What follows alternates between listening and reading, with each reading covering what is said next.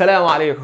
سنة تالتة، عاملين ايه؟ يا رب تكونوا بخير وكويسين. الواحد كان متعود اولى ثانوي، ثانيه ثانوي، ثالثه ثانوي، المره دي احنا ثالثه اعدادي، والمره دي الوحده اللي انتوا طلبتوها كتير كتير كتير كتير، الا وهي الوحده الاولى، وحده الكيمياء.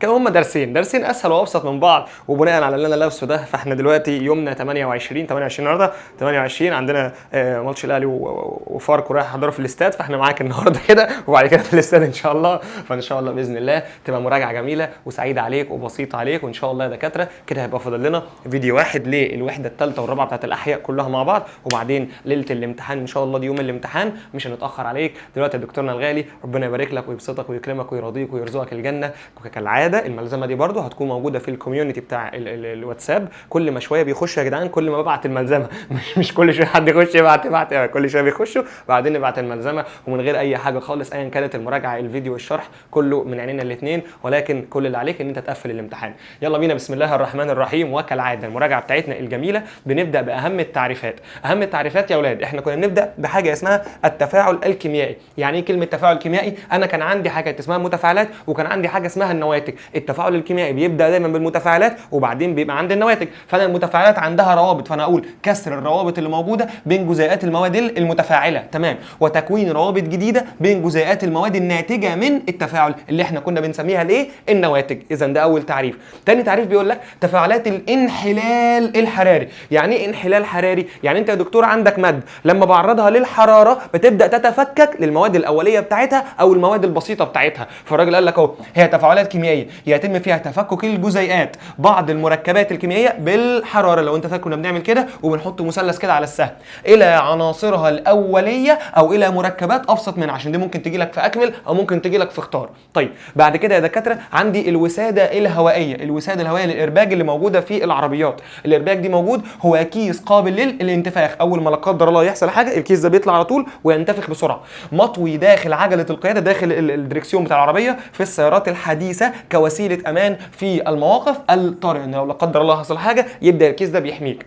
بعد كده يا اولاد عندي متسلسله النشاط الكيميائي. متسلسله النشاط الايه؟ الكيميائي. لو انت فاكرها بص بكم اخ حقر، وبعدين عندك الهيدروجين، اياك تنسى دي، واللي فوق كان يدي تحت على قفاه لانه انشط منه ويسبقه في سلسله المتفاعلات او سلسله النشاط. ترتيب العناصر الفلزيه ترتيبا ايه؟ تنازليا. ركز في دي كويس جدا، حسب درجه النشاط الكيميائي عشان حاجه تحل محل حاجه. خلي بالك في فرق ما بين الانحلال وفرق ما بين الاحلال. ركز في دي كويس جدا جدا جدا. احلال يعني تبادل، حاجه بتيجي مكان حاجه، البعيد مع البعيد والقريب مع القريب، اوعى تنسى الكلام ده. اما الراجل هنا بيقول لك انحلال يعني الحاجه بتتفكك للمكونات بتاعت المكونات ايه بتاعت. يعني مثلا كان عندنا مثال اللي هو بتاع اكسيد الزئبق 2HgO، لما كنت بعرضها للحراره كان بيديني 2Hg لوحدها زائد O2 لوحدها يتصاعد. بص كده انا كان عندي HgO اتفكت الى الHg لوحدها والO2 لوحدها، تمام. بعد كده يا اولاد اهو بص الراجل يقول لك ايه؟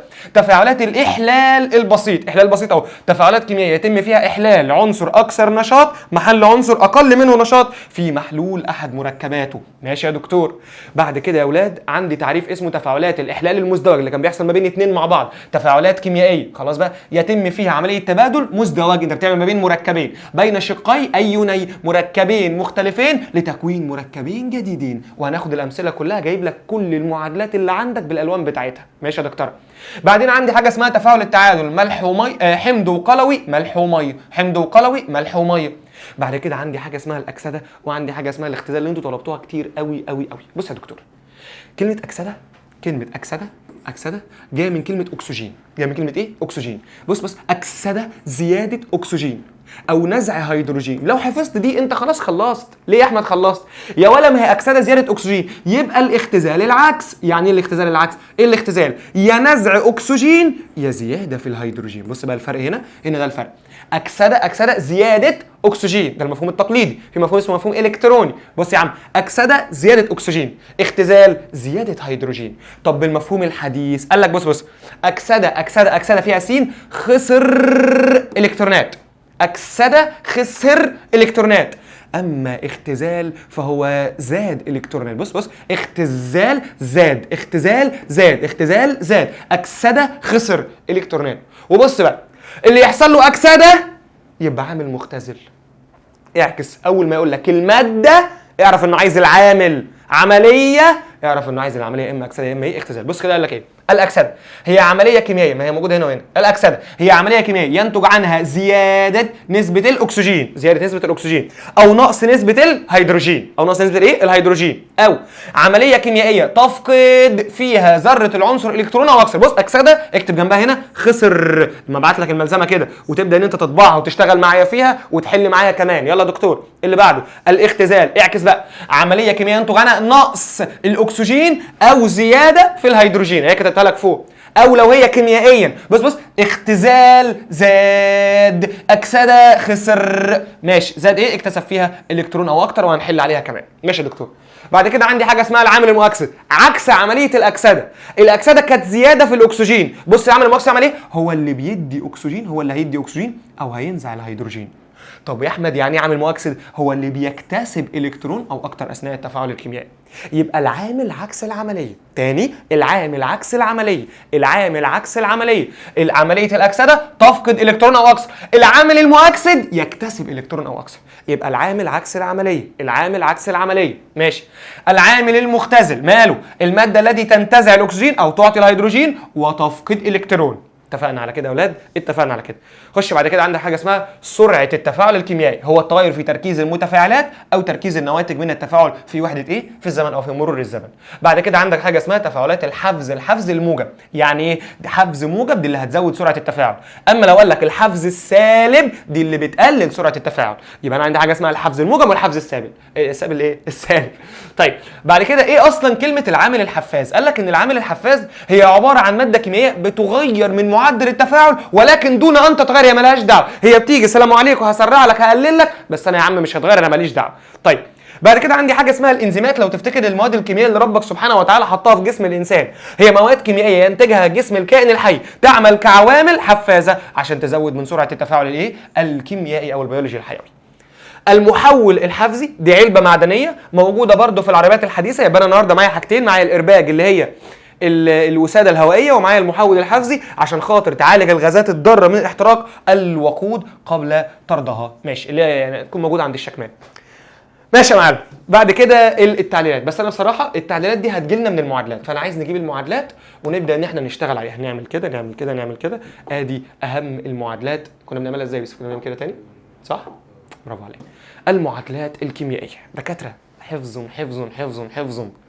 اللي فاهمها الاول برافو عليه والله، اللي هيبدا يرتبها في دماغه كده تمام. بص اول حاجه عندي تفاعلات الانحلال، الانحلال الحراري. كلمه الانحلال الحراري انت عندك هنا يا دكتور ان انت بتجيب حاجه وتفككها لمركبين زي ما احنا قلنا وزي ما هنحل عليها.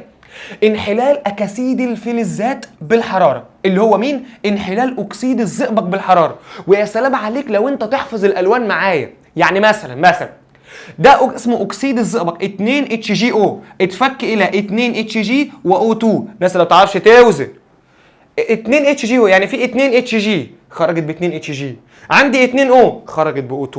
عايز بقى الالوان. بسم الله. الراجل ده اسمه اكسيد الزئبق، والاكسيد الزئبق لونه احمر. اما الزئبق بس كان لونه فضي. ما الزئبق بقى يبقى لونه ايه؟ فضي. يبقى انت عندك اكسيد الزئبق لونه احمر، الفضه لوحدها لونها فضي. ماشي يا معلم. اسف الزئبق مش الفضه، معلش احنا هنا اكسيد الزئبق مش اكسيد الفضه. بعد كده انحلال هيدروكسيدات الفلزات. كلمه هيدروكسيد يعني حاجه فيها OH، والفلز بتاعي هو النحاس. بص انا عملت ايه اهو، CuOH، وبما ان النحاس ثنائي يبقى OH باي 2، والاكسجين والهيدروكسيد احادي. فافتكر دايما احنا بنعمل تبادل عشان التكافؤات، حاجات دي تتحفظ. يلا يا معلم. CuOH اللي هو اسمه هيدروكسيد النحاس. عايزين الوان. ايه لونك يا هيدروكسيد النحاس؟ ازرق. اسمه ايه؟ ازرق. اما اكسيد النحاس ده لونه اسود. ده لونه ايه؟ اسود. وخلي بالك عشان ده اتكرر كتير. يبقى تاني، لما ينحل هيدروكسيد الفلز هيدي اكسيد الفلز ومعاه الميه. لما ينحل اكسيد الفلز هيدي الفلز والاكسجين. الحاجات دي بتيجي والله في اختار ما بين السطور. طب تعالى 3. انحلال كربونات الفلزات. احمد يعني ايه كربونات؟ يعني CO3، والفلز عندك ايه؟ عندك Cu. احمد هتبدل؟ لا ده ثنائي وده ثنائي. طيب يا ترى كان ايه لون؟ كربونات النحاس كان لونه اخضر. ولما ينحل بص لما ينحل هيدي برضو اكسيد الفلز اللي هو اكسيد النحاس اللي لونه اسود، ويخرج معاه ثاني اكسيد الكربون اللي يعكر ماء الجير الرائق. اما الاكسجين كان بيزود الاشتعال ويزود التوهج. ماشي يا اولاد، ده بالنسبه للانحلال. بعد كده نخش على اللي بعديها. بيقول لك انحلال كبريتات الفلزات بالحراره. انحلال كبريتات الفلزات. استنى احمد، يعني ايه كبريتات؟ يعني SO4 والفلز هنا عندي النحاس. يا ترى كبريتات النحاس كان ليها لون ايه؟ كبريتات النحاس برضو كان ليها لون ازرق. كبريتات النحاس كان ليها لون ازرق. ولما تنحل كبريتات النحاس هتديك اكسيد الفلز اللي هو اكسيد النحاس اللي لونه اسود، ومعاك ثالث اكسيد الكبريت. ماشي، خش على اللي بعديها. انحلال نترات الفلزات. فاكر نانو 3 2 NO3. ماشي، ده كان لونه ابيض. حلو. لما ينحل هيديك 2 نانو 2 نانو 2 دي اسمها نترات الصوديوم. لما تنحل تديك نيتريت الصوديوم، وده لونه ابيض مصفر. لونه ابيض ايه؟ مصفر. وطبعا هيديك معاه الاكسجين. بالله عليكم عشان خاطر الحاجات دي مهمه جدا جدا جدا جدا. بعدين عندي تفاعلات الاحلال البسيط. يعني ايه احلال بسيط؟ يا دوب صوديوم مع ميه. انت هنا بقى عندك ايه؟ احلال. هنا عندك احلال، يبقى انت عندك لازم متسلسليه النشاط الكيميائي الاكثر نشاطا يدي الثاني على قفاه. طيب تفاعل الصوديوم مع الميه، هتحط صوديوم مع ميه. خلي بالك بقى الميه يا دكتور بتكون اصلا HOH. ماشي كده؟ فالصوديوم لما يخش هنا هيحل محل الهيدروجين، فيبقى عندك حاجه اسمها 2 NOH اللي هو هيدروكسيد الصوديوم، اللي هو هيدروكسيد الايه؟ الصوديوم. ماشي. وبعدين H2 اهو اللي بيشتغل بفرقعه، وبعدين معايا الحراره. بعدين يا ولاد عندي المعادله رقم 7 احلال فلز محل هيدروجين الميه. احلال فلز محل ايه؟ هيدروجين اللي موجود في الميه، زي تفاعل البوتاسيوم مع الميه. هو نفس الكلام. ادي الميه H و O و H، هيجي البوتاسيوم يدي ال H على قفاه ويقعد مكانه KOH. بعد كده احلال فلز محل هيدروجين الحمض المخفف. طالما حمض مخفف فانت اقرب حمض ليك HCl. ادي ال HCl اهو. طب ومين يا احمد الحمض بتاعي؟ مين يا احمد الفلز بتاعي؟ عندي الخرسين. يا اما يجيب لك خرسين يا اما يجيب لك الزنك. هي دي عشان ما تتلخبطش. طب يلا، الزنك يدي ال H على قفاه ويقعد مكانه، يديك حاجه اسمها كلوريد الخرسين. دايما يا ولا لما تشوف كلمه الاحماض المخففه اعرف انه هينتج لك الكلوريد بتاع الفلز اهو، كلوريد الخرسين. ماشي. بص هنا حتى كمان تفاعل الالومنيوم مع حمض الهيدروكلوريك، يبقى برضه هيدروكلوريك 6. دي المعادله. يعني بص حاول تحفظها بالترتيب. 2 6 2 لا استنى 2 6 2 3 2 6 2 3 ده س ما بيني وما بينك. 2 6 2 3 2 Al 6 HCl، بعد كده اديك 2 AlCl3، بعدين 3 H2. 2 6 2 3 2 6 2 3. طيب هنا بص برضو اداني كلوريد الفلز. ماشي يا اولاد. بعد كده نخش على المعادلات اللي بعديها. فاضل لنا كام معادله؟ 1 2 3 4. بسم الله. احلال فلز محل فلز اخر في محاليل احد املاحه. هنا بقى فلز مع فلز، مفيش هيدروكلوريك. طب معاك ايه يا احمد؟ معايا المغنيسيوم ومعايا كبريتات النحاس. ايه اللي هيحصل؟ المغنيسيوم انشط من النحاس فيدي النحاس على قفاه، ويبقى عندك حاجه اسمها MgSO4، والنحاس لوحده يا عيني هيبقى راسب لونه احمر زي شيرت الاهلي كده. ماشي يا عم؟ اسمه راسب لونه ايه؟ احمر. حلو قوي. خش بعد كده تفاعلات الاحلال المزدوج. يبقى انت عندك ايه؟ مركب مع مركب. تفاعل هيدروكسيد الصوديوم مع الهيدروكلوريك. هيدروكلوريك يعني HCl. هيدروكسيد الصوديوم NaOH. بدل بقى. بص البعيد مع البعيد والقريب مع القريب. ادي البعيد مع البعيد وادي القريب مع القريب. NaCl وH2O. ملح وميه. ده تفاعل التعادل. حمض وقلوي، ملح وميه، فده يديك ملح وده هيديك ميه. طيب تصدق في اولى ثانوي جالهم امتحان قال له عايز حاجه ما فيهاش كربون، فالعيال اختارت ملح الطعام. عارف ليه؟ عشان ملح الطعام NaCl. هم افتكروا دي كربون. والله بتكلم جد. NaCl، فقالوا السي دي كربون. تعملوش زيهم، دول اكبر من متخيل NaCl كربون. طب والال دي بتاعت ايه مثلا؟ ايه دي؟ حرف زياده. طيب تفاعل حمض مع ملح. ماشي يا ابو حميد، مين الحمض بتاعي؟ انا عندي كربونات الصوديوم. كربونات لسه قايلين CO3 والصوديوم Na، وتعالى نبدل يبقى Na2CO3 اهو. بص كده Na2CO3 مع حمض الهيدروكلوريك يبقى HCl يديك ايه؟ على طول انت عرفت الكلوريد بتاع الفلز، يبقى انا عندي كلوريد الصوديوم اهو. ماشي. بعد كده تفاعل محلول مع محلول اخر في احد املاحه. تفاعل ملح كلوريد الصوديوم مع نترات الفضه. كلوريد الصوديوم NaCl، وادي نترات الفضه AgNO3. هنا كان في لون الراس AgCl اللي هو كلوريد الفضه كان لونه ابيض. كلوريد الفضه ده كان راصد لونه ابيض، ودي مهمه قوي قوي عشان بتيجي في الامتحانات كتير. طيب بعد كده عندي تفاعلات الاكسده والاختزال. ادي تفاعلات الاكسده والاختزال. بص يا معلم، احنا لسه قايلينها، الاكسده زياده اكسجين، الاختزال نزع اكسجين، او اكسده زياده هيدروجين، نزع هيدروجين، والاختزال زياده في الهيدروجين. بص يا معلم، عندي H2 عندي CO. بص بقى الCO ده الCO اهو بقى CO بس، عمل ايه؟ بص كده، فقد اكسجين. يبقى ايه اللي حصل له؟ اختزال. يبقى حصل له ايه؟ اختزال. اقول لك على سر، هو مش ده حصل له اختزال؟ اذا ده عامل مؤكسد. سهله ايه؟ طب والناحيه الثانيه اعكس بقى خلاص، يبقى الاتش 2 حصل له ايه؟ حصل له اكسده، اذا هو العامل المختزل.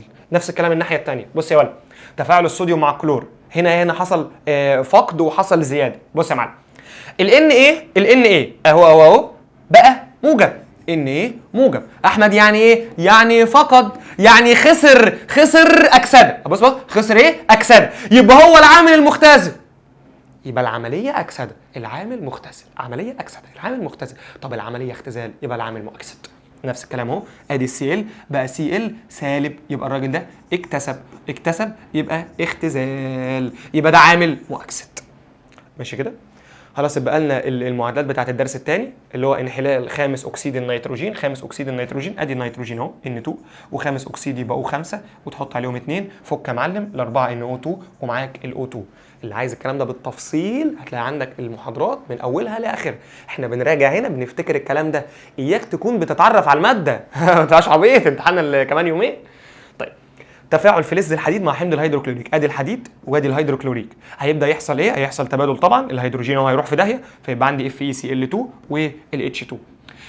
فاكرين لما كنا بيقول لك ليه بيتفاعل البراده مع القطع البراده اسرع؟ عشان مساحه السطح، كل ما تزيد مساحه السطح كل ما تزيد سرعه التفاعل الكيميائي، كل ما تزيد طبيعه المتفاعلات عددها، كل ما يزيد تركيزها، كل ما يزيد درجه الحراره، كل ما في عامل حفاز، كل دول بيزودوا من سرعه التفاعل الكيميائي.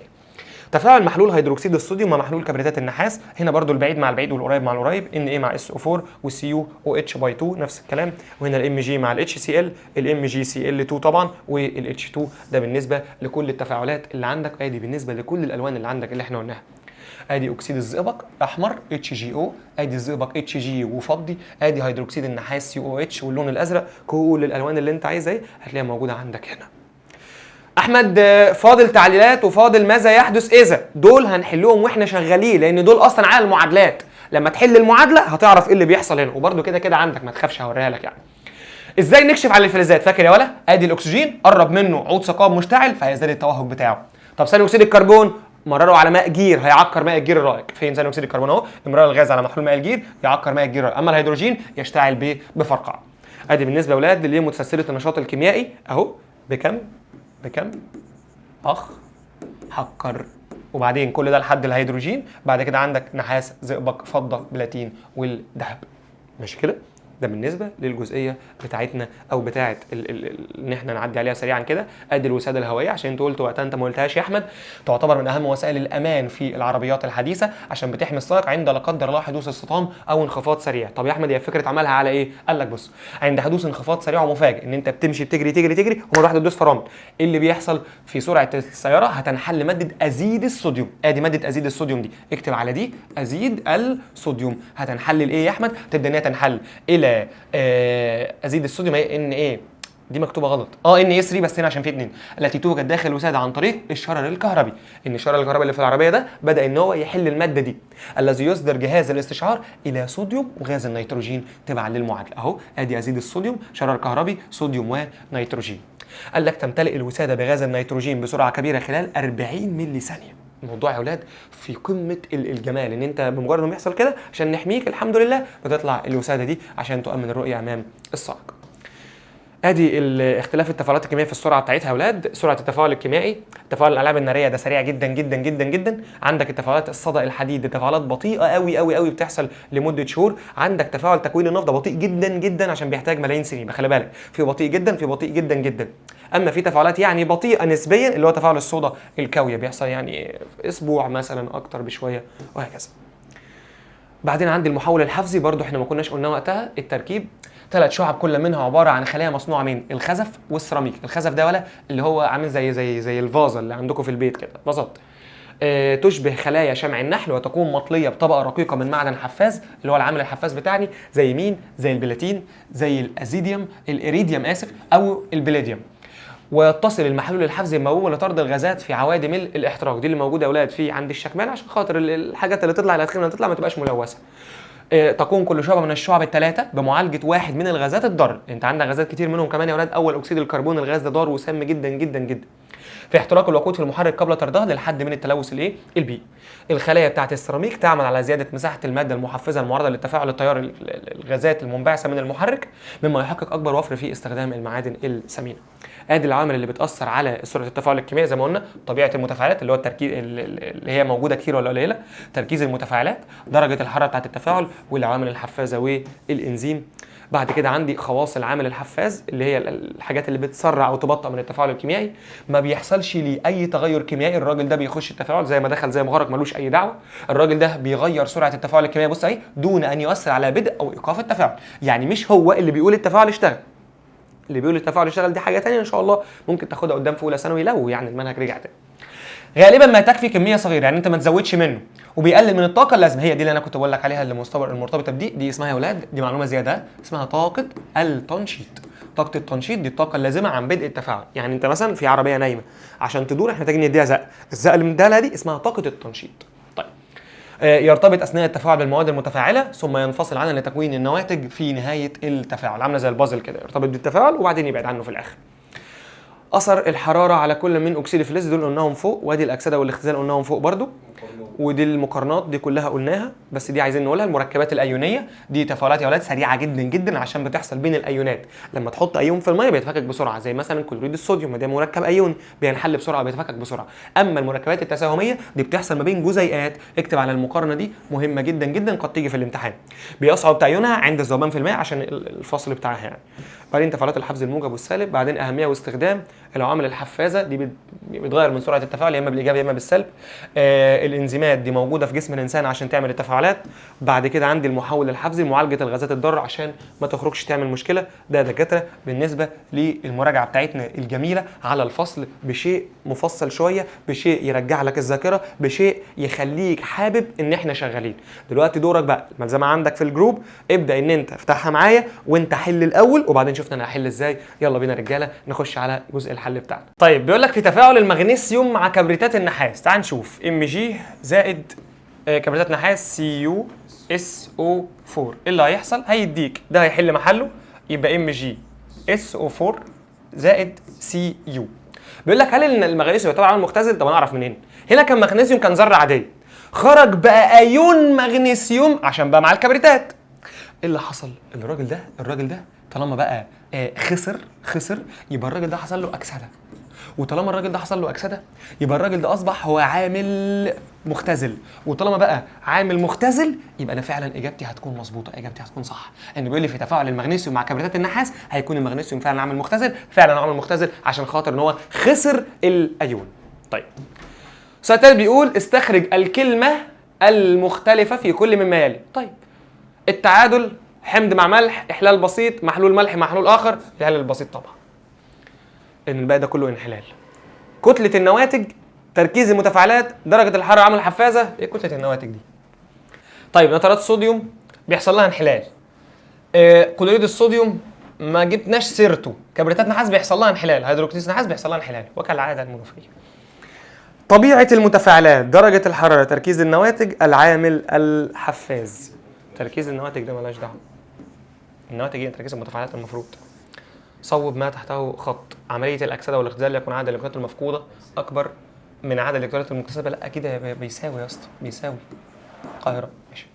عند اضافه محلول نترات الفضه الى محلول كلوريد الصوديوم يتكون راسب ابيض من كلوريد الفضه. صدأ الحديد مثال للتفاعلات تحتاج الى ملايين السنين. لا يا عم، هي شهور. حاجات كده ما بين السطور ايه. طيب هنا المعادله 2Na زائد 2H2O هيخرج 2NOH زائد، لا مش O، هيخرج H2. طيب تنحل معظم الكربونات الفلز الى تسخينها عند تسخينها الى الفلز وغاز، لا الى اكسيد الفلز. اكسيد الفلز. تنحل نترات الصوديوم حراريا ويتصاعد غاز لا الاكسجين، مش النيتروجين خالص. المنوفيه برضك ماشي. يتفاعل الالومنيوم مع حمض الهيدروكلوريك المخفف بعد فتره من الزمن بسبب وجود طبقه من اكسيد الالومنيوم. اكسيد الالومنيوم. عند تسخين هيدروكسيد النحاس يتكون من هيدروكسيد النحاس CuOH هيطلع CuO زائد H2O، يبقى يطلع اكسيد نحاس، اكسيد نحاس وميه او بخار الميه. اختار تفاعل محلول نترات الفضه مع محلول كلوريد الصوديوم. نترات فضه وصوديوم اللي هو تكوين الصودا الكبد، ده كانت تفاعلات سريعه. تنحل كبريتات النحاس بالحراره الى اكسيد نحاس وصاعد غاز ثالث اكسيد الكبريت. في نهايه التفاعل تكون تركيز المتفاعلات صفر. دي اللي قلتها لكم قبل كده واحنا بنحلها كده. طيب بعد كده بيقول لي تعتبر المعادله الكيميائيه نقط عن تفاعل ايه؟ ده حمض وقلوي وملح وميه، ده تفاعل تعادل. تنحل نترات الصوديوم بيضاء اللون بالحراره. نترات الصوديوم تتحل الى نيتريت صوديوم. فين نيتريت صوديوم اهي؟ عند إضافة محلول هيدروكسيد الصوديوم إلى كبريتات النحاس نتج راسب أزرق عند فصله وتسخينه انحل حراريا للمادة إيه؟ ولا راسب أزرق ده اللي هو هيدروكسيد النحاس اللي هو CuOH باي 2. عرفت من اللون أهو. ولما تسخن الراجل ده هيديك CuO اللي هي المادة إيه اللي لونها أسود ويتصاعد معها غاز بخار المية. إذن المادة إيه؟ هي مادة CuO عشان اللي انحلت وعايز اللي انحلت يبقى CuO. جميع العناصر، السؤال ده حلو قوي قوي. بص المنوفيه مش طبيعيه يا جدعان، مش طبيعيه. جميع العناصر التاليه تحل محل الهيدروجين ما عدا، رص حاجتك تطلع لك في الاخر ال HG. العمليه Mg بلس 2 بقت Mg. طيب Mg بلس يعني الراجل ده خسر، يعني الراجل ده فقد. بقى Mg، يبقى الراجل ده ايه اللي حصل له؟ كده اكتسب، كده زاد، وطالما زاد يبقى اختزال، يعني الراجل ده عامل مؤكسد، يبقى تمثل عمليه اختزال. المصطلح العلمي الماده التي تكتسب الكترون او اكتر هي بص الماده يبقى العامل المؤكسد لان عكس العمليه. مركبات كيميائيه سريعه في تفاعلاتها ايونيا يبقى مركبات الايونيه. اسكندريه جميله والله، شفت انا ما بحبش اسكندريه دي من فراغ. المركبات الايونيه. طيب التغير في تركيز المتفاعلات والنواتج دي سرعه التفاعل الكيميائي. عمليه كيميائيه ينتج عنها نقص نسبه الاكسجين. هنا بقى عمليه، هنا عمليه بعمليه الاختزال. ينحل مركب بالشرر الكهربي. برضه جت اهي اليوبيه بتاعت الوساده، هنا اسمه ازيد الصوديوم. ازيد الصوديوم. العامل الحفاز الذي يوجد داخل نبات البطاطا ويزيد من معدل تفكك فوق اكسيد الهيدروجين، ده كان اسمه الاكسيديز، صح كده؟ الاكسيديز. العمليه التي تحدث للعامل المختزل. بص يا سلام المنوفيه يا جدعان. يا جدعان الناس دي بتنجح هناك. تفاعل حمض مع قلوي عشان تكون ملح وميه، ده تفاعل التعادل. بص اسكندريه تحفه والقاهره تحفه. تعالى بقى دي ويقول لك اليوميه الاصعب يا راجل. اسئله متنوعه. الشكل المقابل انت عندك خرسين وهيدروكلوريك يعني ZN زائد HCl هيديك ZnCl زائد H2 يعني اذا يتصاعد غاز الهيدروجين. طيب الناحيه الثانيه الشكل 2 عند اضافه قطع صغيره من الصوديوم للكاس. الصوديوم دي ليها بقى ايه؟ طب ماشي. Na زائد H2O هيديك NaOH زائد H2 عشان لو هو عايز يتصاعد طيب ولا عايز إيه؟ عند استبدال الخرسين بفلز النحاس يتصاعد غاز كتبناها الهيدروجين. 2 اختر نوع التفاعل الحادث في الكأس. تفاعل انحلال. إحلال مش انحلال. إحلال بسيط أو إحلال بسيط أهو. هنا احنا عملناها فوق عند استبدال الخرسين بالنحاس لن يحدث تفاعل، صح كده؟ لن يحدث تفاعل فيترسب النحاس. حلو. بص القاهرة جميلة والله العظيم يا جماعة، يا جماعة جميلة. ما اسم الغاز اليوبية؟ ماشي تعالى، هيدروكلوريك وكربونات صوديوم. كربونات صوديوم Na2CO3 زائد HCl هيديك. استنى يا عم انت. هيديك NaCl بس هنا يبقى فيه اتنينات زائد H2O زائد CO2. دي بتاعت ال HCO3 لما يتفك. كيف يمكن الاستدلال على الغاز المتطاعد CO2 انه يعكر ماء الجير الرائق، او تقول له بامراره على ماء جير فيعكره. خلاص كده تمام؟ ماشي. من الشكل المقابل اقترح طريقه واحده تزود بيها سرعه غاز الهيدروجين. طب بص انت عندك شريط مغنيسيوم، يبقى انت بص استخدام مسحوق من المغنيسيوم بدلا من الشريط، او ممكن تقول حمض هيدروكلوريك مركز. يا اما تعمل دي يا اما تعمل دي. حدد العامل المؤكسد في هذا التفاعل. يبقى احنا كده لازم نعمل التفاعل اصلا. Mg زائد HCl. يبقى الراجل ده هيبقى MgCl برضو بقى ايون موجب، لسه حالنا من شويه ايون موجب، يعني الراجل ده خسر الكترون، يعني الراجل ده حصل له اكسده، اذا الراجل ده عامل مختزل. اعكس بقى الناحيه الثانيه، يبقى ال HCl هو عايز يعمل المؤكسد، يبقى ال HCl، يبقى خلاص ال HCl لان ده عامل مختزل، يبقى ده عامل مؤكسد. اذكر اسم المركب الناتج من تفاعل فلز الصوديوم مع الميه. حاضر، ادي الصوديوم مع الميه هيبقى NaOH زائد H2. هنا 2 هنا 2 هنا 2. خلاص كده مش عايز حاجه تاني؟ ماشي. وضح المعادله الرمزيه الموزونه اثر الكربونات النحاس الخضراء. كربونات النحاس CO3 CuO زائد CO2 هيبدا انه يتصاعد، وتكتب ان ده لونه اسود وده لونه اخضر زي ما هو مديهولك في المساله. صالح بيقول الشكل البياني يمثل العلاقه البيانيه التركيز والزمن. اكتب المعادله. بص يا معلم، ده هنا بدايه التفاعل، ده كده بدايه التفاعل، فاللي هيكون عالي وبيقل ده المتفاعلات. يبقى المتفاعلات هنا عندي سي وعندي تاني بيقل عندي دي، يبقى اقول له 2 سي زائد دي واروح عامل السهم كده. مين اللي بدا يزيد؟ اللي بدا يزيد ايه؟ يبقى ايه ده النواتج.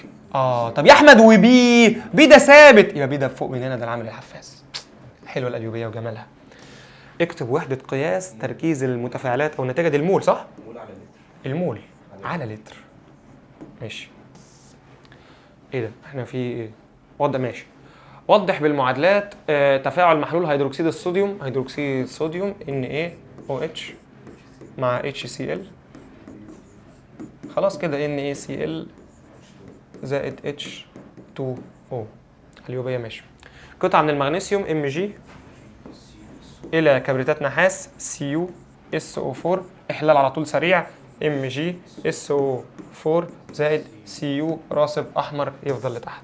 ده الدكاترة بيقول لك إذا كان لديك المواد الآتية: كبريتات نحاس أهو، وقطعة مغنيسيوم ماشي، ونترات صوديوم NaNO3 أهو، وأنبوبة اختبار ولهب. هو الراجل بيقول لك وضح بالمعادلات الرمزية الموزونة فقط إنك تاخد أكسجين. لو أنت مركز شوية، الراجل ده ما كانش بيطلع لي أكسجين وده لوحده خلاص. أنت عندك نترات الصوديوم لو سخنتها حطيت عليها لهب، حطيت نترات صوديوم جوه انبوبه اختبار وحطيت على لهب، هيبدا يطلع لك. بص يا ولد، 2 NaNO3 سهم اهو، وادي اللهب اقول له الحراره ماشي. هيطلع معاك 2 NaNO2 اللي هي نيتريت الصوديوم زائد O2 O2 ده كان لونه ابيض مصفر، ده كان لونه ابيض بس، يبقى انا هنا عندي غاز الاكسجين طلع اهو.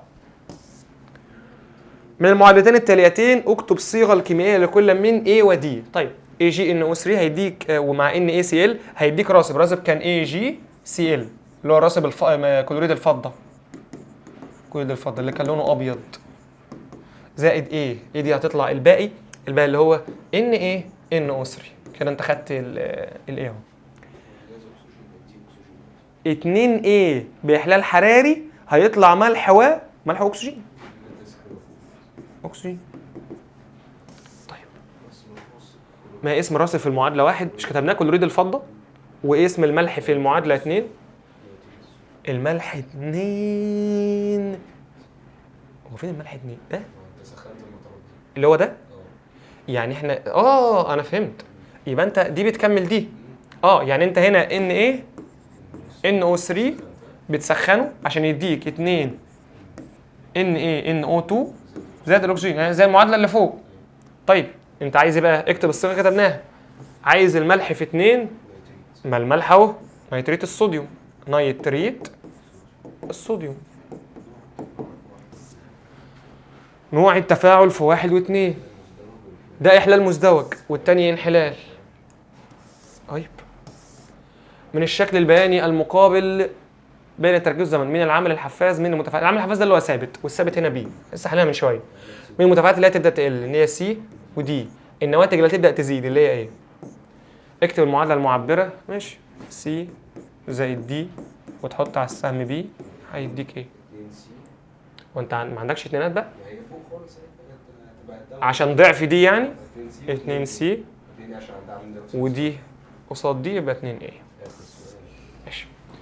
واخيرا بيقول في التفاعل المقابل حدد مين العامل المختزل ومين العامل المؤكسد في الدقهليه. بص يا ولد، مش ده كان SO2 بقى اس بس، يعني خسر الاكسجين. طالما خسر الاكسجين يبقى حصل له اختزال، يبقى الراجل ده عامل مؤكسد. خلاص خلصت، يبقى الراجل ده حصل له اكسده، يبقى الراجل ده العامل المختزل. خلاص كده؟ طيب القلب بتاعنا الجميل كده اهو، وانا وفريد مش معانا النهارده، وفتافيت وفتفوت ويوسف، يلا كلنا بنحب الاهلي. وتالتة عيد اشطر واجمل دكاتره في الدنيا. ده دكتور كانت نهايه الوحده الاولى بتاعتنا. كده فاضل فيديو كمان الوحده الرابعه كلها، الانزيمات، الهرمونات بقى بالثالثه والرابعه، الهرمونات بمندل بقى بالاسئله بتاعته الجميله العظيمه دي. وليله الامتحان تتعلم ازاي تحل بدماغ احمد حسام، هتبقى عنوانها كده، ليله الامتحان بدماغ احمد حسام. بس يا دكتور اتمنى من ربنا سبحانه وتعالى يكون الموضوع جميل. بالله عليك بالله عليك بالله عليك، عايزك تركز في مستقبلك، تركز في حاجه تاني، ركز في مذاكرتك واشتغل واستعن بالله، وربنا يوفقك يا دكتور، ونشوفك على خير، وسلام عليكم.